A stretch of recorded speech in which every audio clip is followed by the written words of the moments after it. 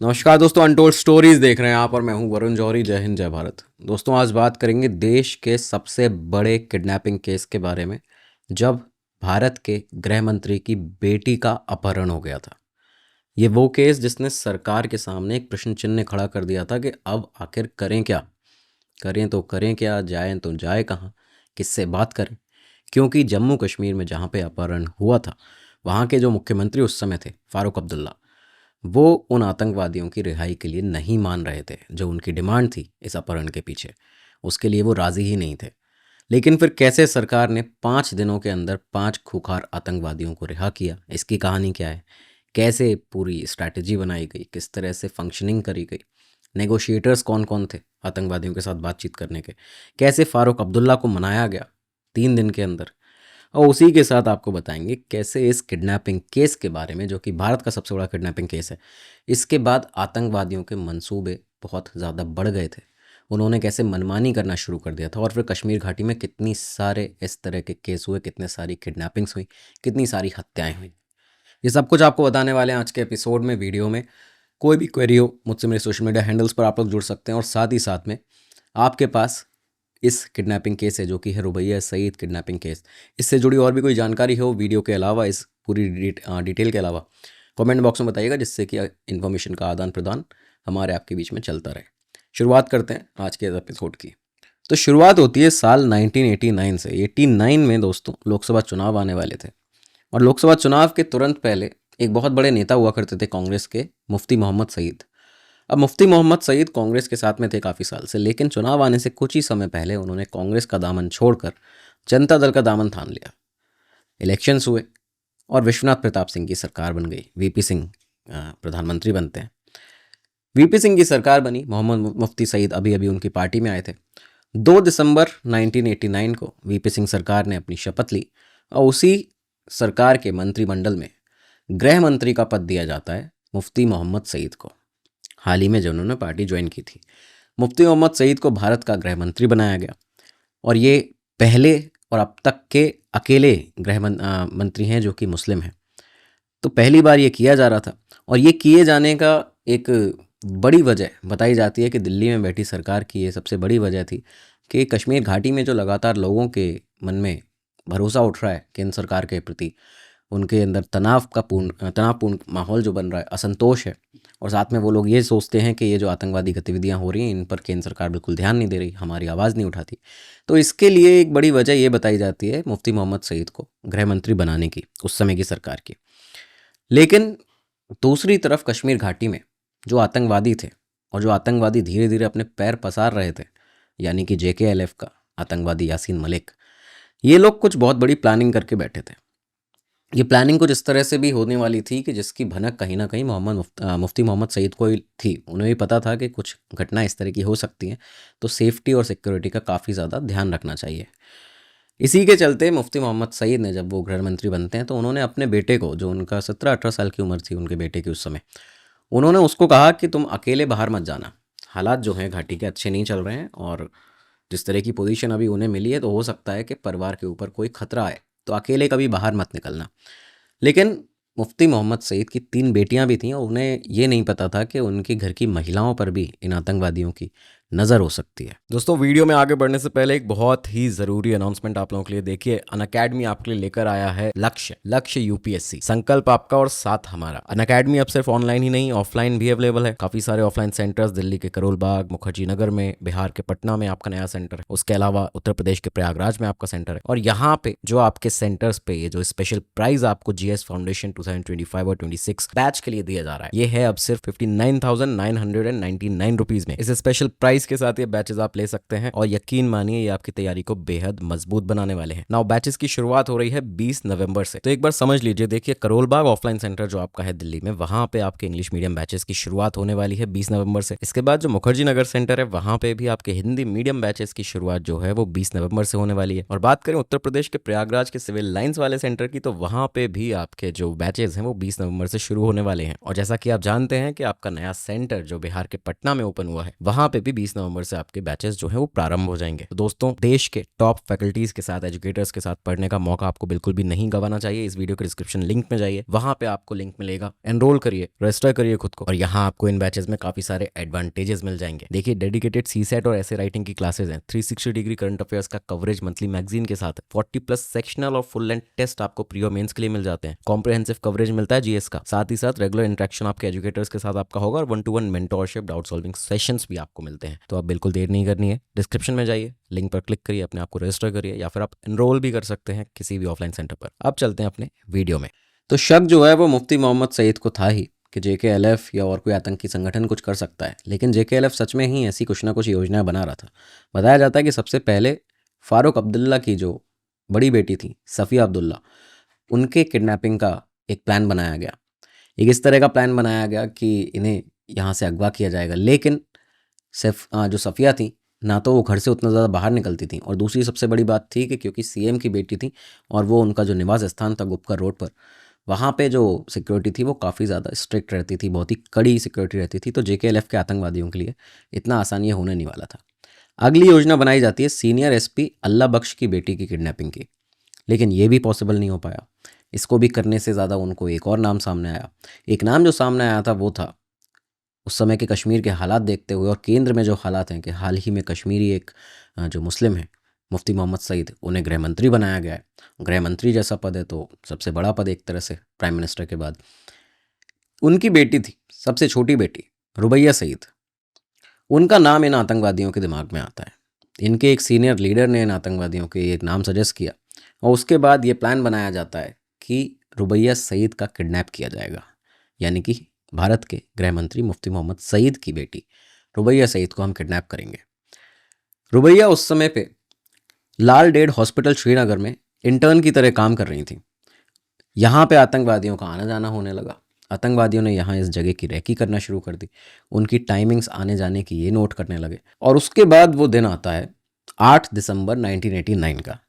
देखिए, 8 दिसंबर 1989 का वो दिन था, दोपहर का समय था। मुफ्ती मोहम्मद सईद इस समय दिल्ली में थे, कश्मीर में उनकी बेटी थी अकेली। मुफ्ती मोहम्मद सईद 6 दिन पहले ही भारत के गृह मंत्री बने थे इस समय, और दिल्ली में मिनिस्ट्री के अंदर वो कश्मीर घाटी के हालात जो थे वो अपने जो ऑफिसर्स थे मिनिस्ट्री के उनको समझा रहे थे, उन्हें बता रहे थे कि कैसे आपको बारीकियां कश्मीरियों की क्या हैं, किस तरह से उनसे आपको बातचीत करनी चाहिए, वो लोग क्या चाहते हैं। तो ये सब चीज़ें वो यहाँ पे अपनी एक मीटिंग ले रहे थे, समझा रहे थे। इसी समय पर बताते हैं, उसी दिन उसी दोपहर को करीबन 3:25 पर मुफ्ती मोहम्मद सईद की जो सबसे छोटी बेटी थी रुबैया सईद, जो कि श्रीनगर के लाल डेड अस्पताल में इंटर्न की तरह काम करती थी, वो अपने काम के बाद अपने हॉस्पिटल से बाहर निकलती हैं, लाल डेड अस्पताल से बाहर निकली, और उसके बाद अपने घर जाने के लिए, जो नौगांव में उनका घर हुआ करता था, तो उसके लिए उन्होंने एक मिनी बस ली। अब ये जो मिनी बस थी वो उन्हें नौगांव तक पहुंचाती, वहीं तक वो जाती थी। इस मिनी बस में चढ़ती हैं, लेकिन इनके पीछे 5 और लड़के चढ़ते हैं इस बस के अंदर। ये 5 और लड़के चढ़े, बस ने चलना शुरू किया, और जैसे जैसे बस जो थी उसके यात्री उतरते गए, कम होते गए। इसके बाद बताते हैं कि श्रीनगर के बाहरी इलाकों में नौगांव की तरफ बढ़ते हुए ये बस पहुंच चुकी थी।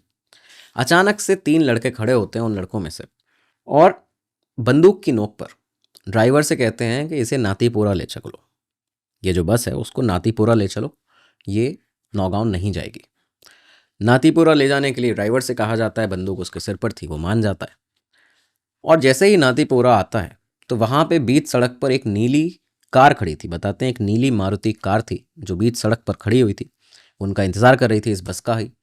और इसी के साथ रुबैया सईद को उस मिनी बस से ज़बरदस्ती बंदूक की नोक पर उतारा जाता है, और कार में डालने के बाद में रुबैया सईद को ये लोग सोपोर में राज्य सरकार के जूनियर इंजीनियर जावेद इकबाल मीर के घर ले गए। यानी कि आप ये देखिए कि एक जूनियर इंजीनियर जो कि राज्य सरकार के लिए काम कर रहा है, और एक और ऐसा शख्स था जो कि इसी तरह के सरकारी पद पे था, वो भी इस पूरी बड़ी किडनैपिंग में शामिल था। आपको बता दें, रुबैया सईद के साथ उस गाड़ी में JKLF का नेता यासिन मलिक मौजूद था, अशफाक माजिद वानी मौजूद था, गुलाम हसन भी वहाँ पे था। ये तीनों के तीनों मौजूद थे। इसके साथ में एक और शख्स था जो कि ड्राइवर था, जो गाड़ी चला रहा था, और वो था अली मोहम्मद मीर।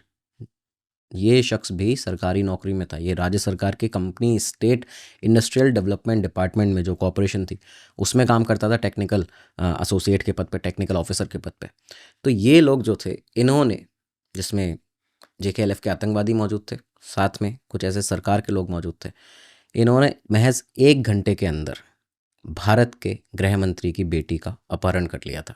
तो अब किडनैपिंग करने के बाद में करीबन 3:25 पर रुबैया सईद अपने हॉस्पिटल से निकली थी अपने काम करके, और 4:30 बजे तक उनकी किडनैपिंग हो चुकी थी। उसी शाम JKLF की तरफ से कश्मीर के एक डेली न्यूज़पेपर जिसका नाम था कश्मीर टाइम्स, उनके एडिटर के पास में फ़ोन जाता है और फ़ोन करके JKLF के ये जो आतंकवादी थे ये कहते हैं कि JKLF के मुजाहिदों ने रुबैया सईद का अपहरण कर लिया है, क्योंकि हम अपने आतंकवादी जो उनके साथी हैं यानी कि हामिद शेख को, शेर खान को, जावेद अहमद ज़रगार को, नूर अहमद कलवल को और मोहम्मद अल्ताफ़ भट्ट को रिहा कराना चाहते हैं।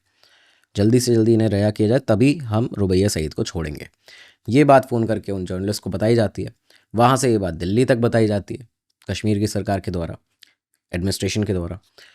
मुफ्ती मोहम्मद सईद जो कि दिल्ली में महज 2 घंटे पहले तक मिनिस्ट्री के ऑफिसर्स के साथ मीटिंग ले रहे थे, उनके पास में जब ये फ़ोन पहुंचता है तो वो एक तरह से उस जगह खड़े हो गए थे जहाँ पे उनके सामने प्रॉब्लम ये जो थी, ये इतनी बड़ी जो समस्या आई थी, वो 2 फ्रंट पे उन्हें इसमें काम करना था।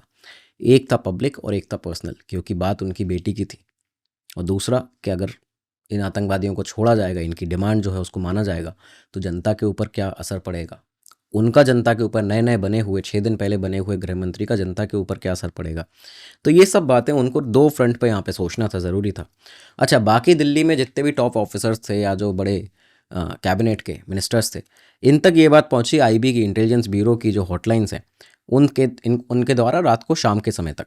तो ये सब इनके पास ही पहुंच चुकी थी, लोगों को पता चल चुका था। और जैसे जैसे लोगों को ये न्यूज़ पता चल रही थी, खबर पता चल रही थी, तो मुफ्ती मोहम्मद सईद के जो घर के फ़ोन थे वो बजना कम नहीं कर रहे थे। मतलब वो लगातार बजे जा रहे थे, लोग उनको सांत्वना दे रहे थे, लोग उनसे पूछ रहे थे कि क्या हुआ, कैसे हुआ। और इसी के साथ सिर्फ इतना ही नहीं, सिर्फ फ़ोन तक ये बात सीमित नहीं थी। 10 अकबर रोड पर दिल्ली में जो उनका घर था, जो उनका बंगला हुआ करता था मुफ्ती मोहम्मद सईद का, वहाँ पे भी लोगों की भीड़ जमना शुरू हो चुकी थी। वहाँ पे लोगों की भीड़ आने लगी थी उनके साथ में सिंपैथीज़ देने के लिए। जिन लोगों ने सबसे पहले मुफ्ती मोहम्मद सईद को फ़ोन किया, उनमें भारत के प्रधानमंत्री उस समय के VP सिंह मौजूद थे। सबसे पहले VP सिंह का कॉल आया। Union energy minister Arif Mohammad Khan का कॉल आया था, और उसके बाद में टूरिज़्म और कॉमर्स मिनिस्टर जो अरुण नेहरू थे, उनका कॉल गया। बताया जाता है कि अरुण नेहरू के एक तरह से मार्गदर्शन में एक सब कमेटी कैबिनेट की बनाई गई थी, जिसमें external affairs minister IK Gujral भी थे। उसमें आरिफ मोहम्मद खान जो कॉमर्स मिनिस्टर थे वो भी मौजूद थे। और ये लोग यहाँ पे जो ब्यूरोक्रेट्स थे उनको इंस्ट्रक्ट करने वाले थे कि कैसे इस क्राइसिस से निपटा जाएगा। ये जो किडनैपिंग हुई है, जो सबसे बड़ी किडनैपिंग है, होम मिनिस्टर की बेटी की किडनैपिंग हो गई है, इससे निपटा कैसे जाएगा, पॉलिटिकल डायमेंशंस क्या क्या होंगे, किन किन चीज़ों का ध्यान रखना चाहिए। अच्छा, इस बीच में होम मिनिस्ट्री के पास इंटेलिजेंस से काफ़ी सारे इंटेल्स भी आने लगे थे। ये भी पता चलने लगा था कि सिर्फ JKLF का काम नहीं है ये। JKLF ने ये काम किया है आतंकवादी आज़िम इकबाली और मुश्ताक लटराम के कहने पर।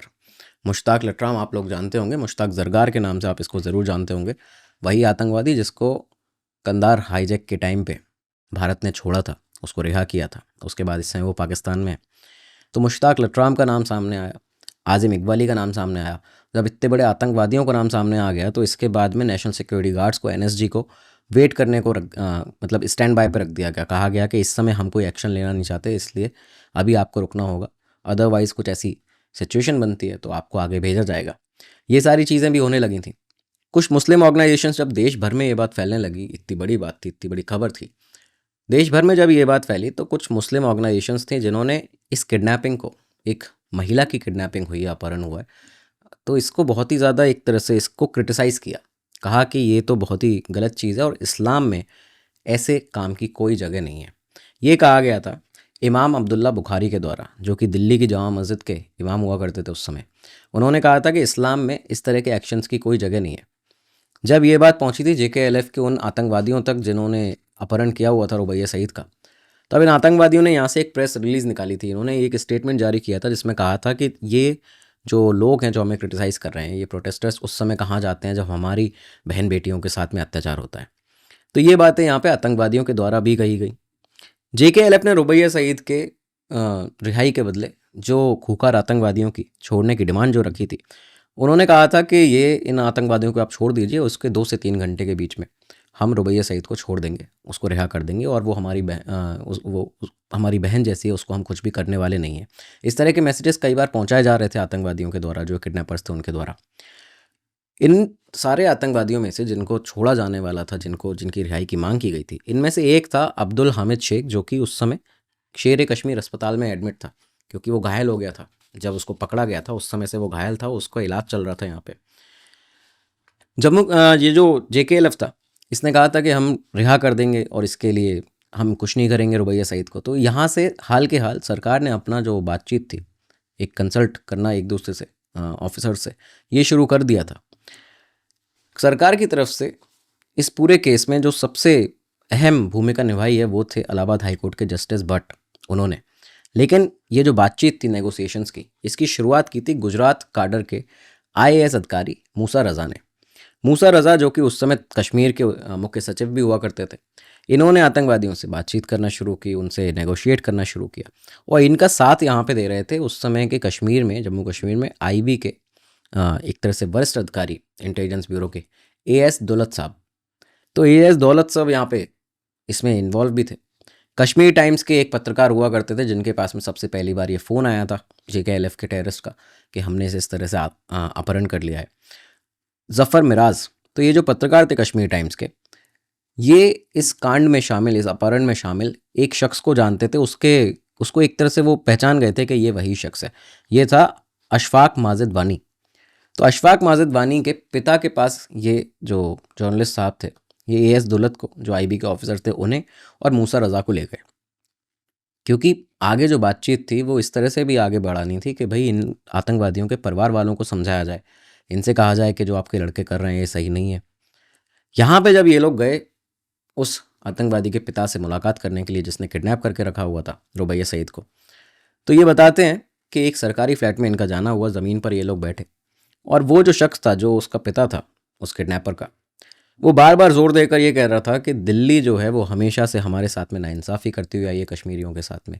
ये जो लड़के हैं ये बिल्कुल भी इस तरह के बुरे नहीं हैं, ये कुछ भी नहीं करेंगे। यहाँ तक कि AS दौलत साहब का हाथ पकड़कर, उनका हाथ पकड़कर ये कहता है, जो शख्स था, जो पिता था उस किडनैपर का, आतंकवादी का, कहता है कि ये बच्चे बहुत ही अच्छे बच्चे हैं और ये अपनी बहन की तरह उसको मानेंगे रुबैया सईद को, ये कुछ भी नहीं करेंगे अगर दिल्ली की तरफ से कुछ भी ना हो। तो ये बात यहाँ से बोली जाती, कही जाती, और खैर इस मीटिंग का कोई भी औचित्य निकल कर सामने नहीं आया था, इस मीटिंग का कोई भी परिणाम नहीं निकला था। तो वो पिता जो था वो अपने आतंकवादी बेटे को समझाने में नाकाम रहा था। नाकाम क्या, उसने प्रयास ही नहीं किया था। तो ये सब चीज़ सामने आई। लेकिन रुबैया सईद के छुड़ाने की मुहिम में कई और बड़े बड़े ऑफिसर्स, इन लोगों का भी जोड़ना होता गया।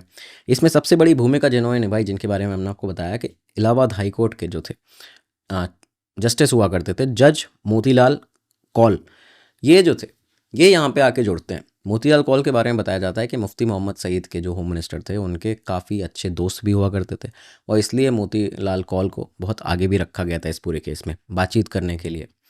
इसके अलावा विधायक जो मीर मुस्तफ़ा थे वो भी जुड़े, MUF के फाउंडर मौलवी अब्बास अंसारी वो भी जुड़े यहाँ पे।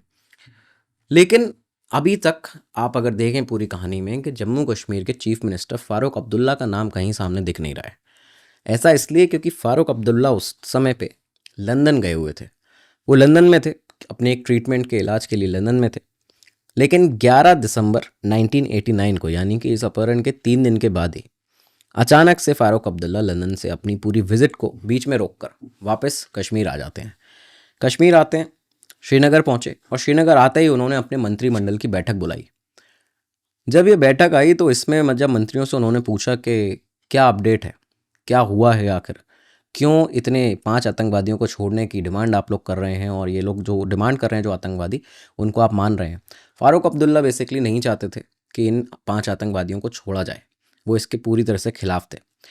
तो यहाँ पे उनके मंत्रिमंडल के लोगों ने कहा कि साहब हमें कुछ भी नहीं पता, हमसे पूछा तक नहीं जा रहा और जितना सारा काम है वो इंटेलिजेंस ब्यूरो के दफ्तर से हो रहा है। यहाँ तक कि मंत्रिमंडल के भी कुछ 2-3 जो मंत्री इस नेगोशिएशन में इन्वॉल्व हैं, जो विधायक हैं, वो लोग भी सिर्फ इंटेलिजेंस ब्यूरो के लोगों के साथ में बातचीत कर रहे हैं, हमें कोई कुछ बता नहीं रहा है। फ़ारूक अब्दुल्ला नहीं चाहते थे कि आतंकवादियों को बेसिकली छोड़ा जाए। उन्होंने कहा कि ये उनके स्टेटमेंट उस समय पर निकले थे, उन्होंने कहा कि अगर मेरी बेटी का किडनैप हुआ होता, अपहरण हुआ होता, तो मैं तब भी इन लोगों को नहीं छोड़ता और मैं नहीं मानूंगा इनको छोड़ने पर। इसके बाद उन्होंने होम मिनिस्टर मुफ्ती को, जो मुफ्ती मोहम्मद सईद थे जिनकी बेटी रुबैया सईद का अपहरण हुआ था, उन्हें फ़ोन मिलाया। उनसे फ़ोन करके कहा कि देखिए हम अपनी तरफ से पूरा प्रयास कर रहे हैं, रुबैया मेरी भी बेटी है, मैं आश्वासन देता हूँ कि यहाँ पे कोई भी गड़बड़ी नहीं होने दूंगा। लेकिन मुफ्ती मोहम्मद सईद ने इसके बाद जो प्रधानमंत्री थे वीपी सिंह, उनको बताया। वीपी सिंह की तरफ से फ़ारूक अब्दुल्ला के पास में फ़ोन पहुंचता है। अगले ही दिन फ़ोन पहुंचा, उन्होंने कहा कि अनुरोध किया कि आप मान जाइए, क्योंकि हम लोग इस तरह से मान चुके हैं कि हम इन आतंकवादियों को छोड़ने पे मान जाएंगे, क्योंकि इनकी डिमांड अगर नहीं मानेंगे तो रुबैया की जान को खतरा हो सकता है। फ़ारूक अब्दुल्ला तब भी नहीं माने जब प्रधानमंत्री साहब ने कहा। लेकिन इसके कुछ ही घंटों बाद वीपी सिंह की मंत्रिमंडल के, यानी प्रधानमंत्री की जो सरकार थी उस समय की, उनके मंत्रिमंडल के दो मंत्री, इंद्र कुमार गुजराल साहब जो कि एक्सटर्नल अफेयर्स मिनिस्टर थे उस समय शायद, और आरिफ मोहम्मद खान, उस समय के इंटेलिजेंस ब्यूरो के प्रमुख, एम के नारायणन के साथ में श्रीनगर पहुंच जाते हैं महज कुछ ही घंटे के दरमियान में। और ये 13 तारीख की बात है, 13 दिसंबर की बात है ये, यानी कि जिस दिन बात हुई है, जिस दिन आए हैं फ़ारूक अब्दुल्ला, उसके 2 दिन बाद ही 13 तारीख को पहुंच जाते हैं यहाँ पे ये लोग श्रीनगर, फ़ारूक अब्दुल्ला को मनाने के लिए, उनको समझाने के लिए। और फाइनली जब इतना प्रेशर पड़ रहा था, फ़ारूक अब्दुल्ला ने कहा कि अगर आप लोग छोड़ना चाहते ही हैं इन आतंकवादियों को तो आप छोड़ दीजिए, लेकिन मैं इसके बिल्कुल खिलाफ हूँ और मैं अपना जो विरोध है वो दर्ज कराना चाहता हूँ। आप लोग नहीं जानते कि अगर आप इन आतंकवादियों को छोड़ देंगे, आपने अगर इनकी बात मान ली, तो ये कश्मीर में जो चरमपंथ है उसको बढ़ने से कोई भी नहीं रोक पाएगा। आतंकवादी जो हैं ये बढ़ेंगे, बहुत ज़्यादा बढ़ेंगे। अब तक आप देखिए कि धीरे धीरे एक एक दिन बीत चुका था और रुबैया सईद को आतंकवादियों की गिरफ्त में रहते हुए अब तक 5 दिन हो चुके थे। ये 5 दिन बीतते हैं, लेकिन 5वें दिन ही ये तय कर लिया गया था। तय तो ये शायद 3 दिन के अंदर ही कर लिया गया था जहाँ तक देखा जाए, क्योंकि प्रधानमंत्री भी मान चुके थे, उनके जो बाकी मंत्रिमंडल के लोग हैं वो भी मान चुके थे, मान सिर्फ फ़ारूक अब्दुल्ला नहीं रहे थे, इसलिए 5 दिन लग भी गए। 5 दिन के अंदर ये डिसाइड कर लिया गया था कि जितने भी मध्यस्थता में नेगोशिएटर्स हैं, जितने भी लोग हैं सरकार की तरफ से जो आतंकवादियों से बात कर रहे हैं, JKLF के, तय ये किया गया कि ये सभी लोग जो आतंकवादी रिहा किए जाने हैं अलग अलग जेलों से, उनको लेकर हाई कोर्ट के जो जस्टिस हैं ML भट्ट साहब, जो कि मुफ्ती मोहम्मद सईद के काफ़ी अच्छे दोस्त भी थे, उनके घर पर लेके जाएंगे इन सभी आतंकवादियों को जिनको रिहा किया जा रहा है, और वहाँ से उन्हें JKLF के लोगों को दे दिया जाएगा। और उसके बाद JKLF के जो आतंकवादी हैं वो रुबैया सईद को भी ML भट्ट के ही घर पर लेकर आएंगे। ये सब चीज़ें डिसाइड की जाती हैं।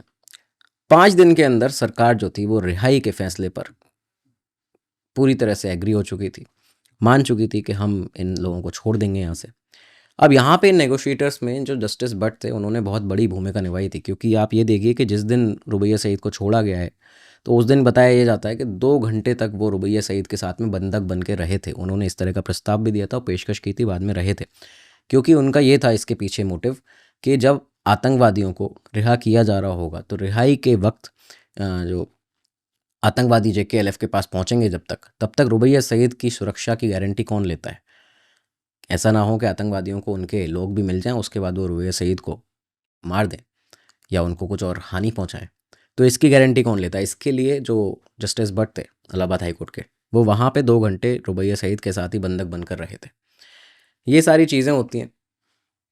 एट द एंड 5 खुखार आतंकवादियों को जस्टिस ML भट्ट के घर पे लाया जाता है और JKLF के सुपुर्द कर दिया जाता है। इसके करीबन कुछ ही समय के बाद जो ज़फ़र मिराज थे, जो जर्नलिस्ट थे कश्मीर टाइम्स के, उनके पास में एक बार फिर दोबारा फ़ोन आता है। इसी फ़ोन के साथ में किडनैपिंग का शुरू हुआ था सिलसिला, और उसके बाद ख़त्म भी यहीं पे आके होता है। ये फ़ोन आता है कि हमारे पास हमारे आतंकवादी आ चुके हैं और रुबैया सईद जो है वो जल्दी ही अपने परिवार वालों के साथ में होगी। JKLF की तरफ से ये फ़ोन आने के करीबन 3 घंटे के बाद में इन आतंकवादियों ने रुबैया सईद को जस्टिस भट्ट के घर पहुंचाया और वहाँ से सीधा रुबैया सईद को दिल्ली लेकर वापस आया जाता है।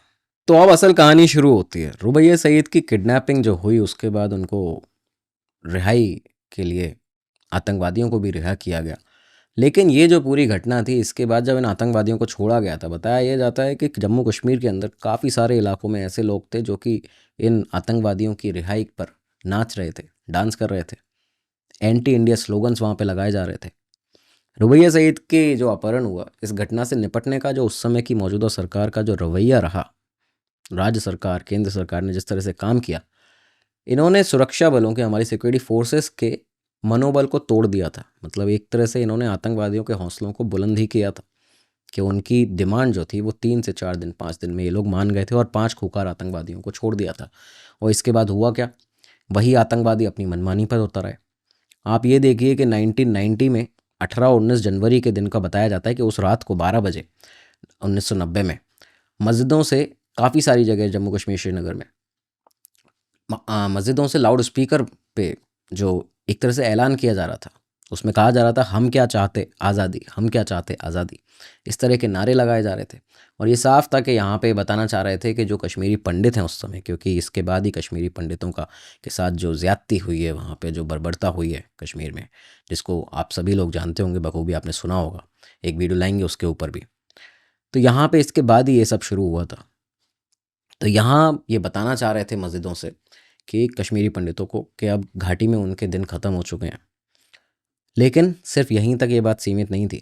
अब आप सुनिए कि क्या क्या केसेस हुए। 13 फरवरी 1990 को head of state television service L call को अगवा कर लिया जाता है। 25 मार्च को एक लोकल पॉलिटिशियन गुलाम मुस्तफ़ा, जो कि जिन्हें माना जाता था कि ये एक तरह से पुलिस के इन्फॉर्मर भी हैं, कई सारे आतंकवादियों को पकड़वाया है, पकड़वाते हैं, खबर दे देते हैं, उनको उनके घर पर फांसी से लटका हुआ पाया जाता है। सेम उसी दिन पर जब गुलाम मुस्तफ़ा को खुदकुशी की तरह पाया गया है, जबकि उनको मारा गया था असल में इन आतंकवादियों के द्वारा, सेम डे एक बहुत ही पुराने कश्मीर के कॉलमिस्ट थे, नोटेबल पोइट थे, अब्दुल सत्तर रंजूर, उनको मार दिया जाता है। 6 अप्रैल को HL खेरा, जो कि जनरल मैनेजर हुआ करते थे हिंदुस्तान मशीन टूल फैक्ट्री के श्रीनगर के अंदर, उनको बंधक बना लिया जाता है प्रोफेसर मुशीर उल हक के साथ में, जो कि वाइस चांसलर थे कश्मीर यूनिवर्सिटी के, उनके सेक्रेटरी के साथ में। तो इन 3 लोगों को बंदी बना लिया गया। ये हुआ 6 अप्रैल को, अगले ही साल, रुबैया सईद को छोड़ने के बाद। और इसके बाद क्या किया गया, इसकी जिम्मेदारी ली Jammu Kashmir student liberation front ने, जो कि JKLF का ही एक पार्ट था। इन्होंने यहाँ पे जिम्मेदारी ली और इसके बाद जब इनकी कुछ डिमांड्स थी उनको नहीं माना गया सेंटर के द्वारा, तो क्या किया गया, 10 अप्रैल को जो खेरा साहब थे उनको गोली मार दी गई। और उसके अगले दिन बाकी दोनों, जो मुशीर उल हक थे और अब्दुल गनी जो सेक्रेटरी हुआ करते थे उनके, उन दोनों के शव बरामद हुए, इन्हें भी ख़त्म कर दिया गया। रुबैया सईद के अपहरण के 2 साल के बाद में 27 फरवरी 1991 को 1991 को सेम उसी तरह का एक और पैटर्न इन्हीं आतंकवादियों के द्वारा अपनाया गया। राज्य सरकार की एक और दिग्गज नेता सैफुद्दीन सोज, उनकी बेटी का नाहिदा का अपहरण कर लिया जाता है।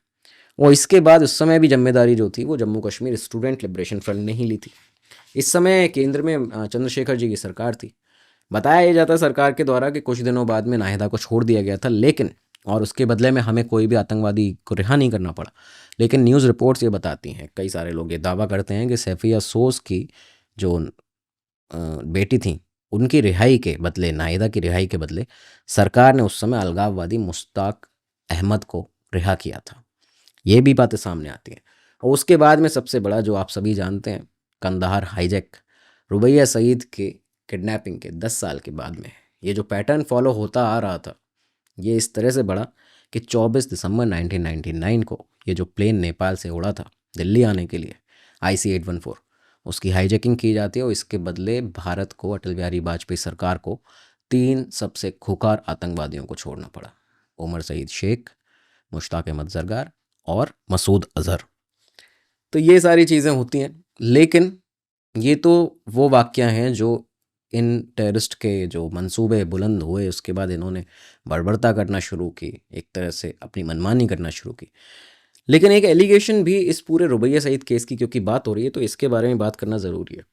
एक एलिगेशन लगाया गया और बहुत ही संगीन आरोप लगाया गया था, किसी और पर नहीं, रुबैया सईद के केस में खुद उनके पिता मुफ्ती मोहम्मद सईद के ऊपर ये एलिगेशन लगाया गया था पीपल्स पॉलिटिकल पार्टी के चेयरमैन इंजीनियर हिलाल वार के द्वारा। हिलाल वार ये लिखते हैं, जो बाद में जो हुर्रियत कॉन्फ्रेंस है उसके प्रमुख भी रहे, प्रमुख लोगों में से भी एक रहे, शामिल रहे उसमें। उन्होंने अपनी एक किताब लिखी, द ग्रेट डिस्क्लोजर, सीक्रेट अनमास्क्ड। इस किताब में उन्होंने ये लिखा और खुलकर रुबैया सईद के केस पर बातचीत उन्होंने की। यहाँ पे उन्होंने अपने शब्दों में लिखा कि ये सिर्फ एक ड्रामा था जो कि उस समय के तत्कालीन केंद्रीय गृह मंत्री मुफ्ती मोहम्मद सईद ने सिर्फ अब्दुल्ला परिवार के जम्मू कश्मीर में सियासत को कमज़ोर करने के लिए किया था। और उन्होंने खुद ही अपने निजी हितों के लिए, उन्हें पूरा करने के लिए JKLF के चेयरमैन यासीन मलिक के साथ मिलकर ये पूरा किडनैपिंग का केस रचा था। ये एक बहुत बड़ा संगीन आरोप है। जो बताया जा रहा है इसमें कि ये खुद मुफ्ती मोहम्मद सईद ने अपनी बेटी का अपहरण कराया था, लेकिन इसके कोई पुख्ता दावे, कोई पुख्ता सबूत या कोई भी सबूत कभी भी इस तरह का नहीं मिलता है। ये सिर्फ इन्होंने अपनी किताब में लिखा। हालांकि ये बताते हैं हिलाल बार जो हैं कि इनके पास में काफ़ी सारे इसके सबूत भी हैं, काफ़ी सारी चीज़ें इन्होंने अपनी किताब में ही बताई, आप वो किताब पढ़ सकते हैं। उन्होंने ये भी लिखा है इसमें साथ में कि आप एक बार अंदाज़ा लगाइए कि देश के गृह मंत्री अभी अभी एक मुस्लिम गृह मंत्री देश के बने हैं, और उसके बाद उनकी बेटी अकेले अस्पताल जाती है बिना किसी सुरक्षा के, और फिर वहाँ से निकलती है और फिर पैदल बस स्टॉप तक पहुँचती है और फिर मिनी बस में चढ़कर आती है। तो ये उन्होंने इस तरह से चिन्हित किया है अलग अलग चीज़ें कि ये जो केस है इसमें मुफ्ती मोहम्मद सईद का इन्वॉल्वमेंट था यासीन मलिक के साथ, लेकिन इसका कोई भी पुख्ता दावा नहीं मिलता है। खैर, ये जो रुबैया सईद का केस है, किडनैपिंग केस, वो आज तक लगातार चला आ रहा है। 2023 में रुबैया सईद ने पहली बार, उनका शायद 2021 या 22 में उनका जाना हुआ था कोर्ट में, और 2023 में उन्होंने यासीन मलिक को पहचाना था।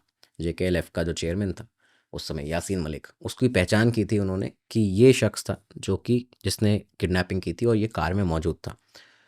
तो ये जो कहानी हमने आपको बताई, इसमें काफ़ी सारे उतार चढ़ाव हैं।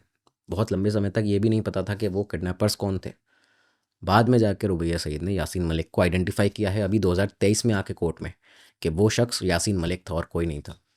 और यासीन मलिक के बारे में आप लोग जानते होंगे, अगर चाहते हैं तो एक और बड़ा एपिसोड डिटेल में यासीन मलिक के कारनामों के करतूतों के बारे में भी आपके लिए लेकर आएंगे। बाकी ये एपिसोड आज का रुबैया सईद किडनैपिंग केस देश का सबसे बड़ा एक तरह से किडनैपिंग केस रहा, जब एक होम मिनिस्टर की बेटी को दिन दहाड़े किडनैप कर लिया गया था।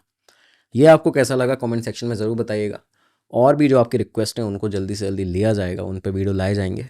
तब तक के लिए बताइए एपिसोड कैसा लगा। कोई क्वेरीज हो मुझसे मेरे सोशल मीडिया हैंडल्स पर जुड़िएगा। इस केस के बारे में कुछ और जानते हैं या कुछ और नई चीज़ें जानते हैं तो कमेंट बॉक्स में बताइएगा, जिससे इन्फॉर्मेशन का आदान प्रदान हमारे आपके बीच में होता रहे। अब मिलेंगे अगले एपिसोड में। दीजिए इजाज़त। नमस्कार, धन्यवाद। जय हिंद, जय भारत।